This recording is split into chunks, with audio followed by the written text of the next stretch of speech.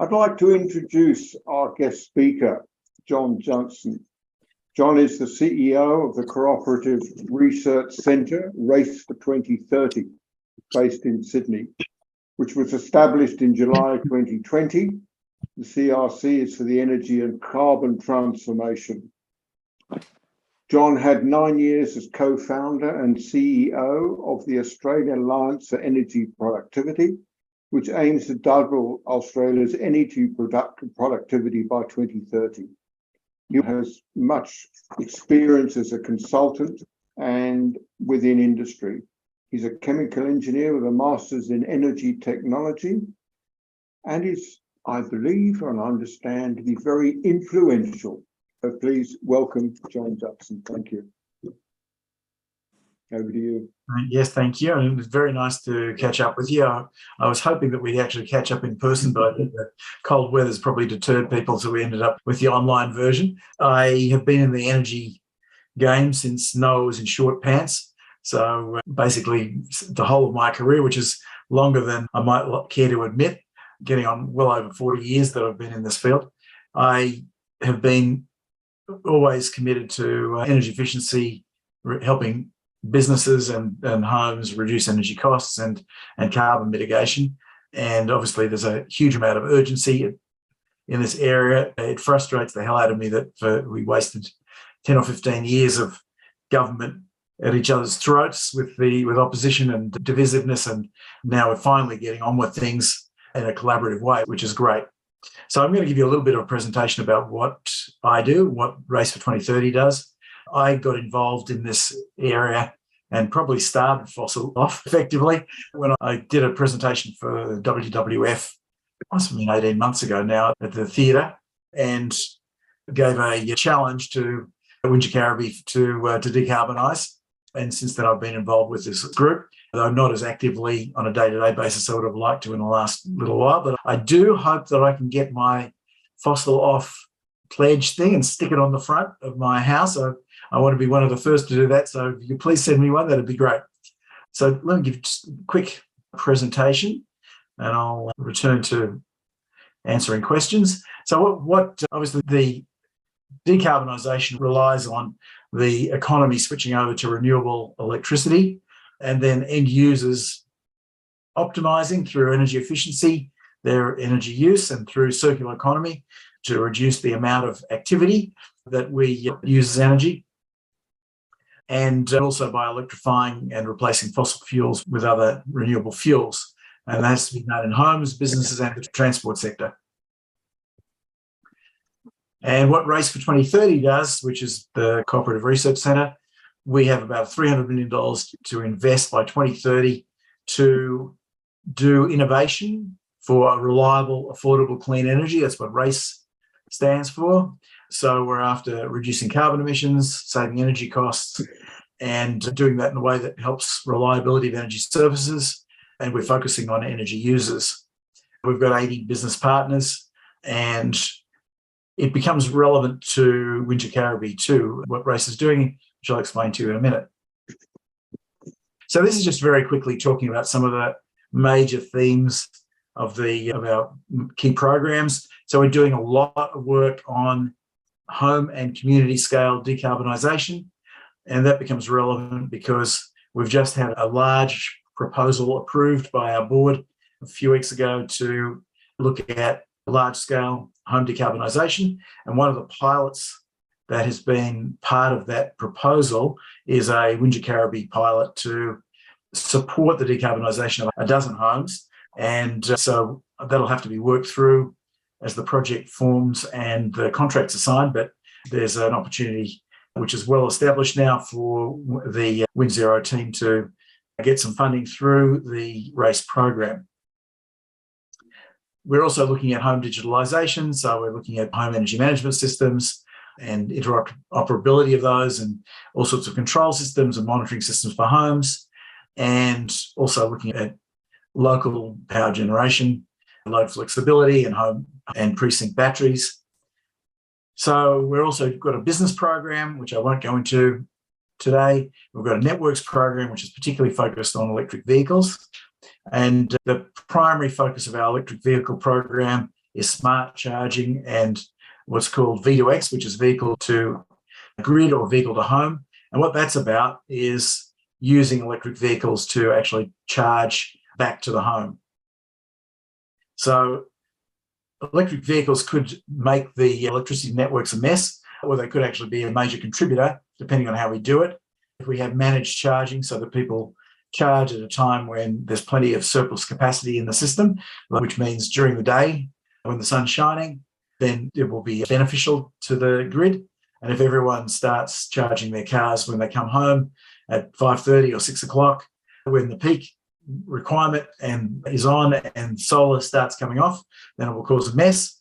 So we're really looking at how we can encourage people to increasingly put more of their load into the middle of the day, including using their electric vehicles.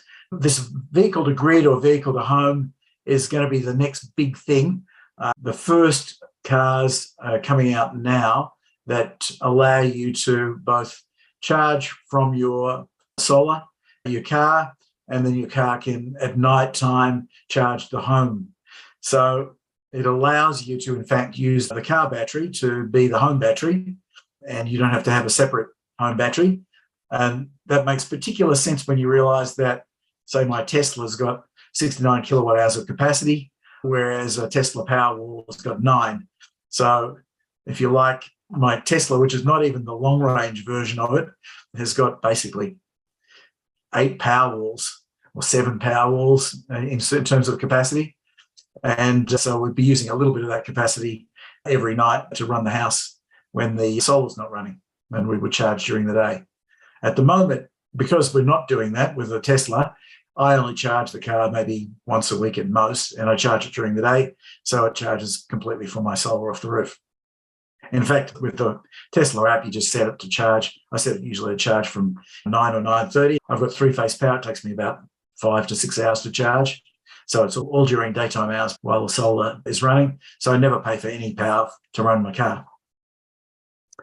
And we're doing a whole change program. We're looking at workforce needs for the community and training needs, and how basically we can take all of the stuff that we're doing through to the market and make large-scale change.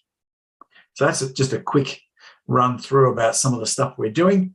We've got a precincts project on at the moment where we're going to be looking at 13 precincts across Australia to see how they can decarbonise.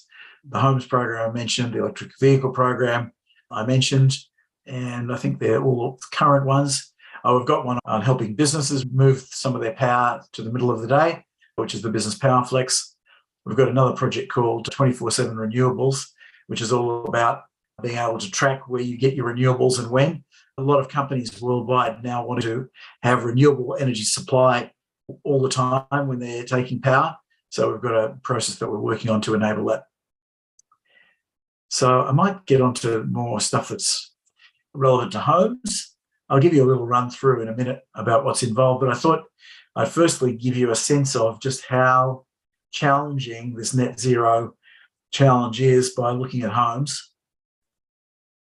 So if we wanted to decarbonise by 2040, which is what the IPCC says we should be doing, and we wanted to do, say, a third of the job by 2030, to give you an idea of how we would have to ramp up, we would have to be selling 10 times as many EVs by next year and do it every year from there on.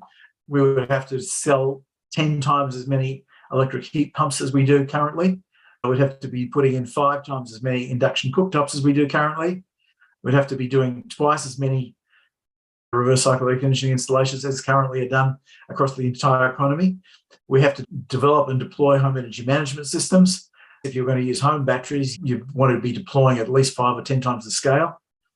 And we have to do that in a way that integrates and communicates with the grid. So this is a really massive undertaking.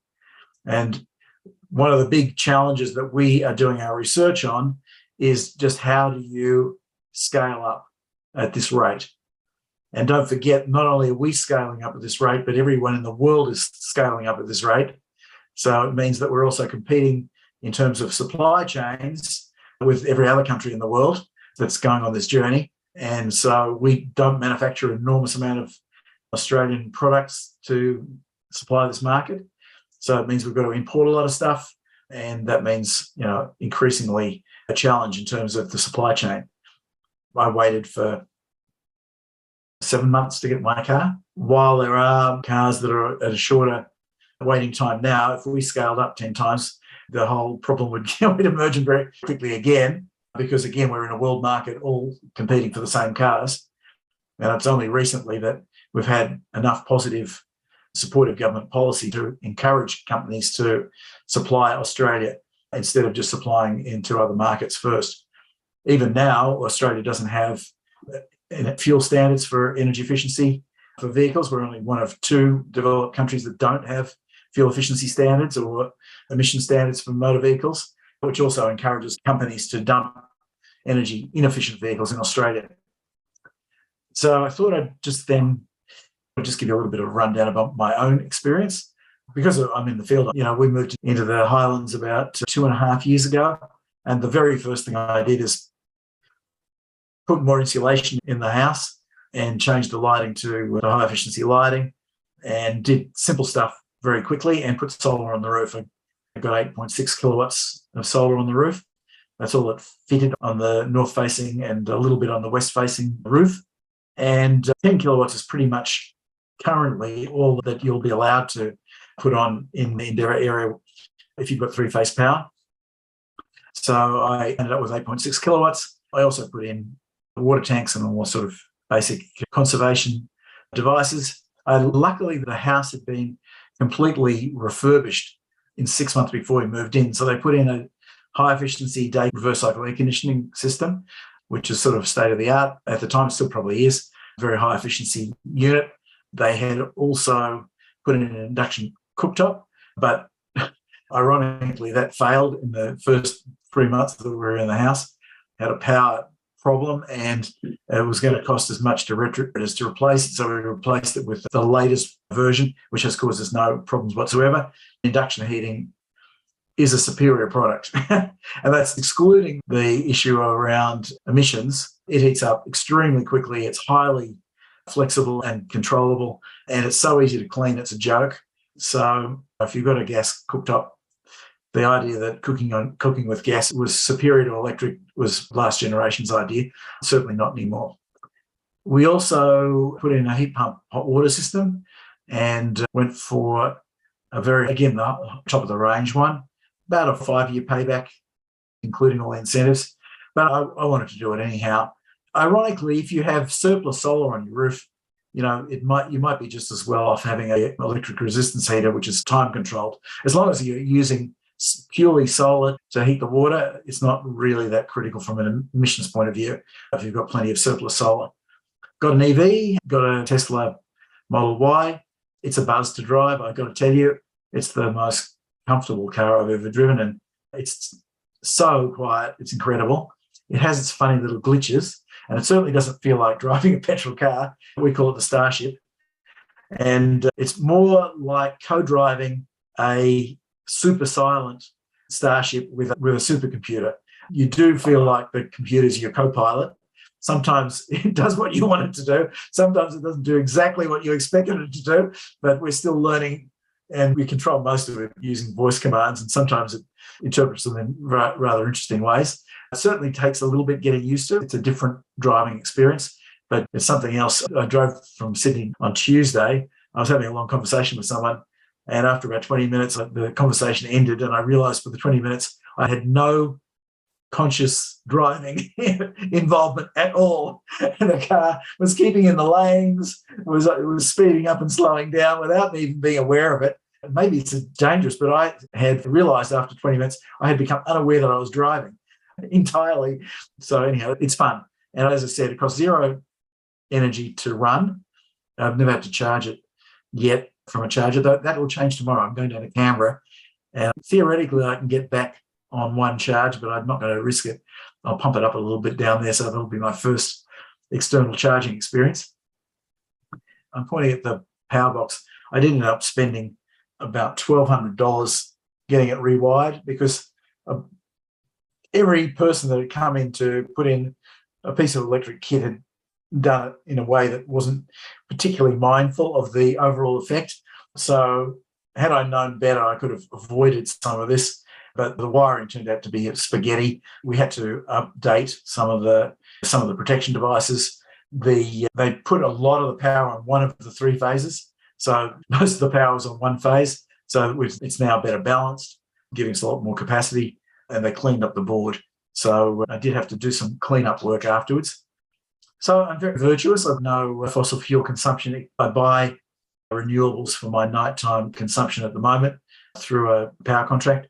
Within the next 2 years, because we're doing a V2X project at work, I'm going to be the first guinea pig and put in vehicle to home charging as soon as it's available. I don't know if it'll be available on my Tesla, but I'm willing to switch out the cars. I got a novated lease for the Tesla through my organisation company that made the lease, it's packaged into my salary. It made the lease very, very cost effective because the government's brought in a big tax incentive. There's no tax, no FBT on electric vehicles. So that made it really a no-brainer to buy an EV for me. It costs the same effectively as leasing a $35,000 or $30,000 fuel car. Have you got any questions about what I've talked about so far, Clive? Is your Tesla a bi-directional electric vehicle? It is not. There is no bi-directional electric vehicle in the market at the moment, except for two pretty outdated cars that are using old technology for the charging. So I chose not to go that way. I suspect that Elon's got some tricks up his sleeve, and maybe the recent vehicles have been enabled but not turned on, because he's got a big marketplace for home batteries. So he doesn't want to trash that until there's other competing cars on the market that have got bidirectional charging. But if Elon doesn't do it in 2 years when my novated lease is up, then I'll just give them back the car and get another EV that can do it. At the moment, the first car has been announced in Europe that's going to be bidirectional. VW is saying that all its ID series vehicles are going to be bidirectional within 2 years. I believe that within 2 years that we will have a range of bidirectional vehicles that are available in the local market. And that's why we're going to be starting this project to try and get rid of the barriers in advance so they can have a very quick uptake as soon as they hit the market. Reading some of the solar quote articles, I believe South Australia has recently approved some directional installations. There's quite a lot of information about that on there. Yeah, they have done that. Again, the old technology which is on the market currently, they're the first network that's approved the connection of those vehicles. It's a Nissan Leaf is the only vehicle that's on the market that actually qualifies. But yeah, this is a moving field very quickly. I think that the first EVs that have got bidirectional charging will be in the market within 6 to 12 months. And I think, as I said, in 2 years, there'll be a plethora of them. And then, by that stage, we want to make sure that all of the networks have got processes in place and that this is something that can be very easily done, because it's going to be a game changer when it happens, because it makes sense when you've got a 70 kilowatt hour battery sitting in your car, which is being very poorly utilised. If you don't use it for also minimising the amount of electricity that you buy, it doesn't make sense. John, could you give us a brief update on what you think is going to happen within WinZero? You mentioned a possible project. Well, in terms of the race program, there's been a project approved and contracting is going on now, and the central contract is going to be firstly firmed up, but within the next few weeks there's going to be discussions with WinZero about how the contract will be put together for the pilot. So it's something where I'd say within 2 to 3 weeks you should be knocking on Race's door and saying, let's start having these conversations about how we're going to participate and how the funding is going to work and how the contract's going to be set up. The money's been approved for the entire project, and that included pilots. So it's really a matter of, this was one of the pilots that hadn't, all the details hadn't been firmed up on, but the project's been approved and the money's been approved. I'm just going to say that if we want to get WinZero to net zero by 2030, we've really got to activate. And I wanted to congratulate the team for all the work that's been done in the last 3 months since I've been actively involved. And we're making great progress. I'm really excited about it. But I think the few things that would be great to see, the council was going to commit to getting to net zero by 2030. I don't know where they've got with their pronouncement, but it'd be nice to see them actually doing it. And the race pilot, we talked about briefly, need to get that going, use the funding. I put in red the importance of raising money to get on permanent staff. If you have a look at the people, I mean, we've talked to a number of programs in local areas that have been very successful. And the one thing they've all got in common is that they, at some point, got a grant or raised funds from private benefactors that'll enable them to get full-time staff, because there's a job of work. So it's not just a trivial exercise. And that helps all the other things that I mentioned on this page, which is getting people to sign the net zero pledge, which you're working on now, being able to pitch for major projects like expanding community batteries. Richard and I have been riding past every day looking for the little battery that was supposed to go in some weeks ago into our neighbourhood. I'm still trying to find out, by the way, Richard, if I'm supplied from that battery on that part of the grid, because if I am, I'm going to volunteer straight away to buy part of the capacity so that at least it'll force them to do an experiment to turn it into a real community battery, because at the moment it's going to be a network battery which sits in the community, which is not a community battery. There's money available to build much bigger community batteries through the Commonwealth, and there will be probably in New South Wales too. So it'd be great if we had the capacity to put a hand up for one of those. We could look at things like bulk procurement program for solar, if that substantially reduced the cost. I'm not sure that it would. And getting local businesses behind the program. I know you guys are working on this already, Richard and Derek, so that we can set up some sort of one-stop shop to make it really easy for local residents. But I think the raising funds to get permanent staff is going to be the big challenge. But I know you're onto it. I'm not going to teach you how to suck eggs, but looking forward to ramp it up. And it does need to get the whole community behind this. I think there'll be a lot of interest. I think that we can do that. But it'd be great to see that happen over the next 12 months, and so that we can get moving at a really fantastic pace. Thank you very much indeed for your presentation. And you're 100% certainly within the board of WinZero. We have many discussions about permanent full-time staff and the funding required to be able to do that. But and you're quite right. And hopefully Fossil Off will generate wider interest within the community as we move forward on this program. So again, I do appreciate it. Thank you for your presentation. Pleasure. And your commitment to work with our organisation and others to make this happen.